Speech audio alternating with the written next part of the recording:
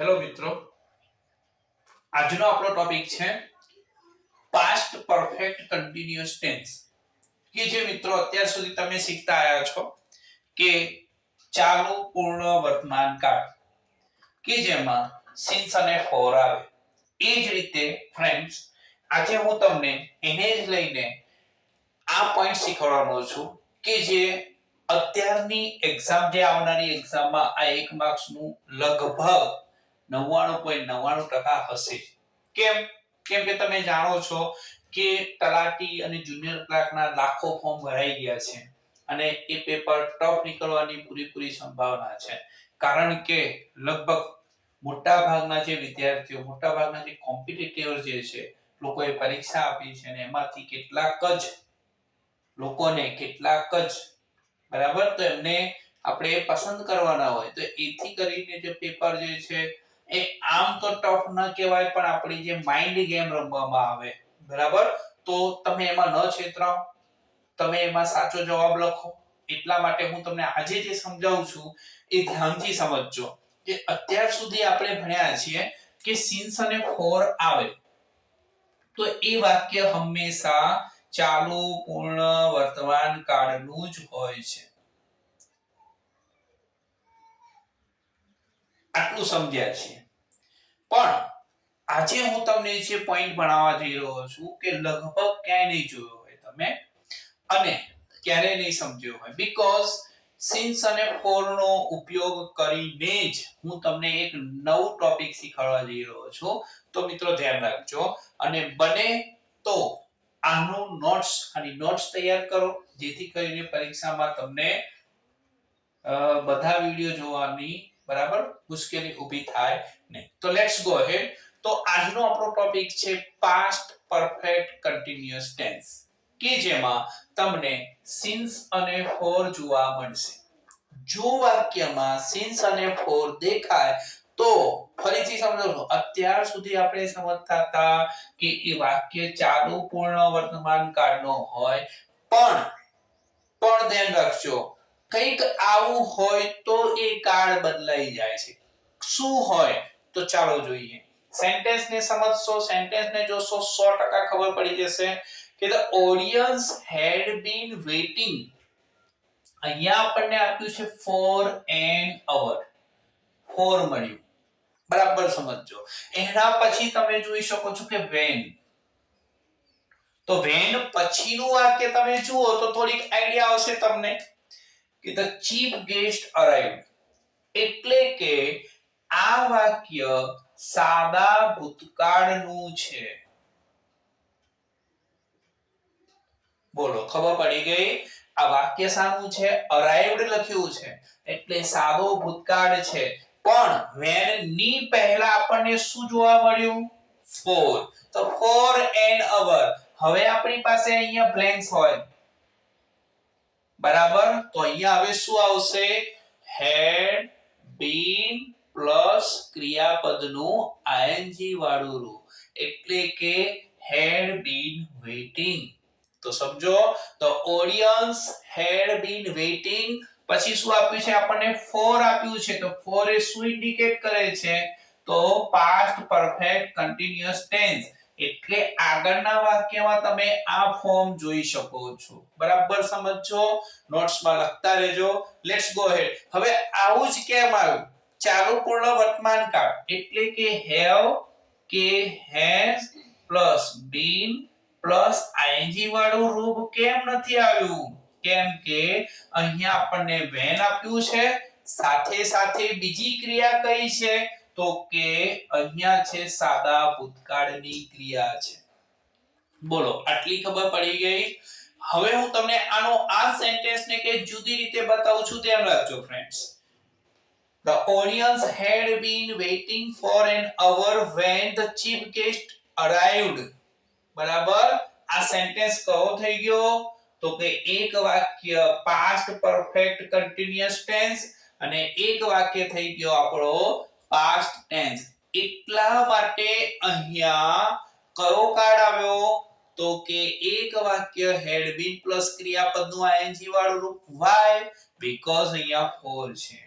બરાબર એની સાથે સાથે when થી બે વાક્યો જોડાયેલા છે તો આ કનેક્ટિવ છે બરાબર કંજક્શન આપ્યું છે આપણને અને એ કંજક્શન થી બે વાક્યો જોડાયેલા છે તો બીજું વાક્ય કયું છે આપણી પાસે તો કે સાદા ભૂતકાળનું છે એટલા માટે પહેલા વાક્યમાં શું આવશે તો કે past perfect continuous tense બરાબર હવે હું તમને થોડુંક ચેન્જ કરી આપું છું ધ્યાન રાખજો અહીંયા શું છે તો કે when આપ્યું છે બરાબર સમજો પણ હું અહીંયા આ ખાસ ધ્યાન રાખજો ફ્રેન્ડ અહીંયા મુશ્કેલી ઊભી થશે ક્યાં તો હવે ધ્યાન રાખજો કે આ આખા વાક્યમાં હું અહીંયા તમને સમજો બ્લેન્ક્સ આપી છે આ ખાલી જગ્યા આપી છે અને કૌંસમાં લખ્યું છે રાઈટ લખ્યું છે સોરી વેઇટ ક્રિયાપદ આપ્યું છે અહીંયા આપણને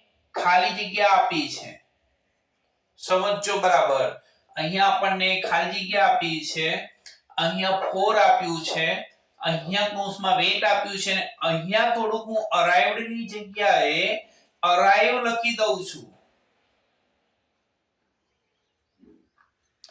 તો આ ખાલી જગ્યામાં જવાબ બદલાઈ જશે ખબર પડી ગઈ ભલે ને when છે ભલે ને for છે બરાબર છતાં પણ અહીંયા બદલાઈ જશે કયો આન્સર આવશે અહીંયા તો આ વાક્ય કયો થઈ ગયો હવે સાદો વર્તમાન કાળ તો અહીંયા કયો કાળ આવશે હવે for છે એટલા માટે ચાલુ પૂર્ણ વર્તમાન કાળ એટલે કે have કે has પ્લસ been પ્લસ ક્રિયાપદનું ing વાળું રૂપ બોલો ખબર પડી ગઈ એટલે અહીંયા તો ઓડિયન્સ છે તો શું આવશે have been બરાબર પછી ક્રિયાપદનું ing વાળું રૂપ wait નું થઈ જશે waiting બોલો ખબર પડી ગઈ એટલે કન્વર્ટ સામાં થઈ ગયું અહીંયા arrived લખ્યું હતું એટલે અહીંયા આપણે લખ્યું હતું had been પ્લસ ક્રિયાપદનું ing વાળું રૂપ અહીંયા આપણે arrives એટલે સાદો વર્તમાન કાળ આવ્યું તો અહીંયા શું આવી જાય પૂર્ણ વર્તમાન કાળ બોલો ખબર પડી ગઈ તો ધ્યાન રાખજો બીજું વાક્ય જોઈએ આપણે the police had been patrolling જવાબ છે અહીંયા ધ્યાન રાખજો since morning on the day બરાબર on